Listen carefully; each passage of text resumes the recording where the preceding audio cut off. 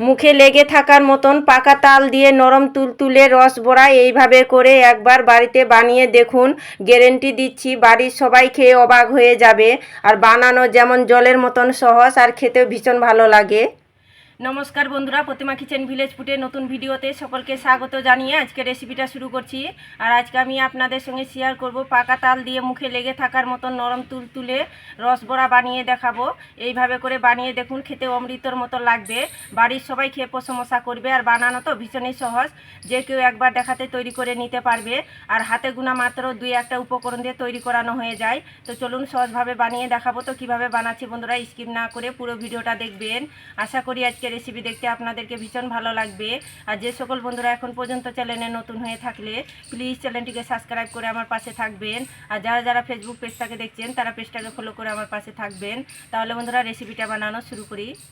প্রথমে রসবড়ার জন্য ডোটা তৈরি করে নেব। তার জন্য উনুন ধরিয়ে কড়াই বসিয়ে দিয়েছি। 1 বাটি নিয়েছি পাকা তালের কাঠটাকে আগে থেকে বের করে নিয়েছি, কড়াইয়ের মধ্যে নিয়ে নেব। আর এখানে নিয়েছি আমি জাল করা ঘন দুধ। তো এই বাটি মেপে নিয়ে নেব 1 বাটি দুধ দিয়ে করে দেখবেন, খেতে বেশি ভালো লাগবে রসবড়াগুলো। আপনারা চাইলে জল দিয়েও করে নিতে পারেন, কোনো অসুবিধা নেই। দেখুন 1 বাটি দিয়ে দিলাম। এবার নাড়াচাড়া করে ভালো করে মিশিয়ে নেব আর একটু গরম করে নেব। তো দেখুন নাড়াচাড়া করে আমি ভালো করে মিশিয়ে গরম করে নিয়েছি। আর 1 বাটি মাপ করে নিয়েছি 1 বাটি সুজি। উনুনের আঁচটা হালকা রেখে অনাবর্তে এইভাবে করে নাড়াচাড়ানো করব। আর এক এক সময় দেখবেন সুজিটা সিদ্ধ হয়ে আসবে, দইয়ের পরিণত হয়ে যাবে।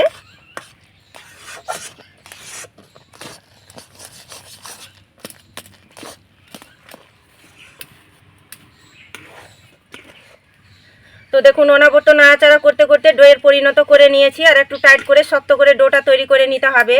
তো হয়ে গেছে, আবার নামিয়ে নেব। তো একটা থালার মধ্যে তুলে নেব। এখন কিন্তু অনেকটাই গরম আছে, তো ঠান্ডা করে নেব। আর এদিকে ডোটা ঠান্ডা করে নিয়েছি। এবার হাত দিয়ে মুথে আমি রসবড়াগুলো তৈরি করে নেব।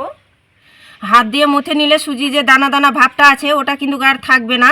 তো হাত দিয়ে ভালো করে চটকে মেখে ডোটা রেডি করতে হবে।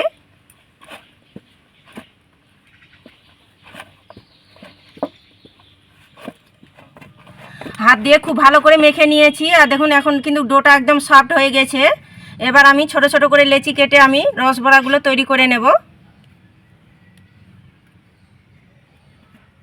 ছোট ছোট করে আমি বানাবো। আপনারা যে যেরকম বানাতে চান সে পরিমাণ মতো লেচিটা একটু কেটে নেবেন।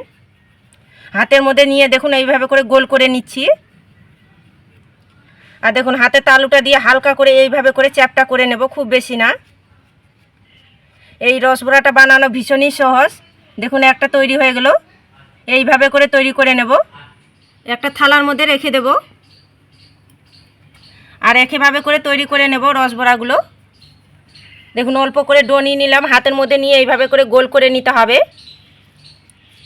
দেখুন হাতে তালুটা দিয়ে হালকা করে চ্যাপটা করে নেব।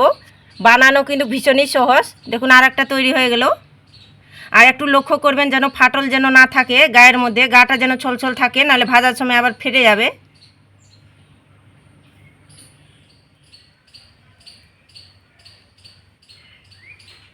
একইভাবে করে রসবড়াগুলো তৈরি করে নিয়েছি। আর বেশ অনেকগুলো তৈরি হয়ে গেছে। আর এদিকে ভাজার জন্য কড়াইয়ের মধ্যে সাদা তেল গরম করে নিয়েছি। একে একে তেলের মধ্যে ছেড়ে দেব।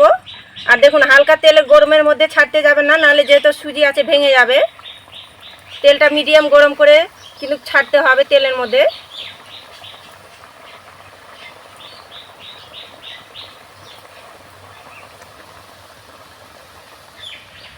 এবার আমি উল্টে পাল্টে ভেজে নেব। তো হালকা নিচের সাইডটা হয়ে আসবে তবেই কিন্তু উল্টে পাল্টে দেবেন। দেওয়ার সঙ্গে সঙ্গে কিন্তু উল্টে পাল্টে দেবেন না, নাহলে ভেঙে যাবে।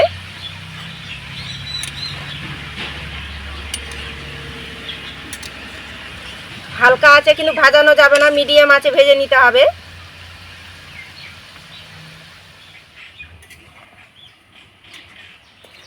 তো নাড়াচাড়া করে আমি লালচে কালার করে ভেজে নিয়েছি। আর এখন দেখুন খুব সুন্দর একটা কালারও চলে এসেছে। তো হয়ে গেছে, তেল ঝরিয়ে তুলে নেব।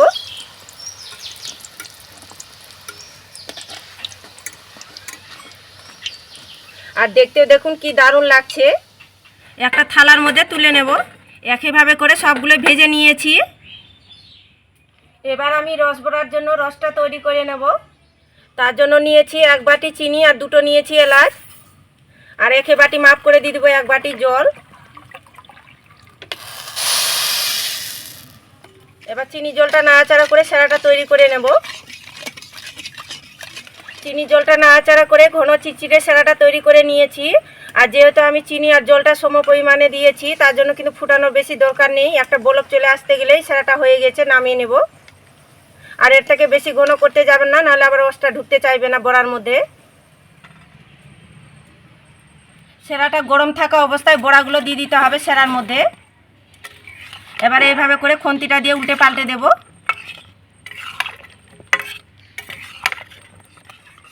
খুন্তিটা দিয়ে আমি নাড়াচাড়ানো করে নিয়েছি।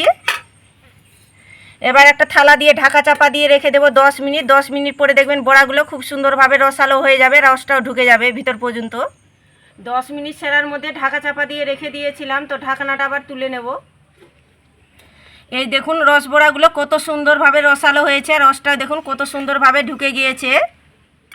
মুখে লেগে থাকার মতন পাকা তাল দিয়ে নরম তুলতুলে রস বড়াটা এইভাবে করে বাড়িতে বানিয়ে দেখুন, বাড়ির সবাই খেয়ে প্রশংসা করবে। আর এতটা খেতে দারুণ লাগে কি মুখে স্বাদ দেখবেন লেগে থাকবে। প্লেটের মধ্যে তুলে নিয়েছি, আর দেখুন দেখতে কি দারুণ আর লোভনীয় দেখাচ্ছে। এইভাবে করে যাকে বানিয়ে খাওয়াবেন এত প্রশংসা করবে আপনারা ভাবতেও পারবেন না। আর আমি কেটেও দেখাচ্ছি কতটা নরম তুলতুলে আর রসালো হয়েছে। আর ভিতর পর্যন্ত দেখুন কত সুন্দর নরম হয়ে গেছে। এই দেখুন কতটা নরম তুলতুলে আর রসালো হয়েছে, মুখে দিলেই মিলিয়ে যাবে, দারুণ লাগে খেতে। না বানিয়ে খেলে বিশ্বাসে করতে পারবেন না। আর দেখুন কতটা রসালো হয়েছে আর নরম তুলতুলে হয়েছে, মুখে দিতে গলে যাবে, দারুণ লাগে খেতে। আর দেখলেন তো পাকা তালের রসবড়াটা বানানো কত সহজ। তো এখন তো পাকা তালের সময়, তাই আমার মতো করে একবার হলে তৈরি করে দেখবেন। আর খেয়ে কেমন লাগলো তো অবশ্যই কমেন্ট করে বলবেন। আর আজকের রেসিপি ভালো লেগে থাকলে অবশ্যই একটা লাইক করে দেবেন, আর বন্ধুদের মধ্যে ভিডিওটা শেয়ার করে দেবেন। তো ভিডিওটা এখানেই শেষ করছি, দেখা হচ্ছে আবার নতুন কোনো রেসিপির সঙ্গে।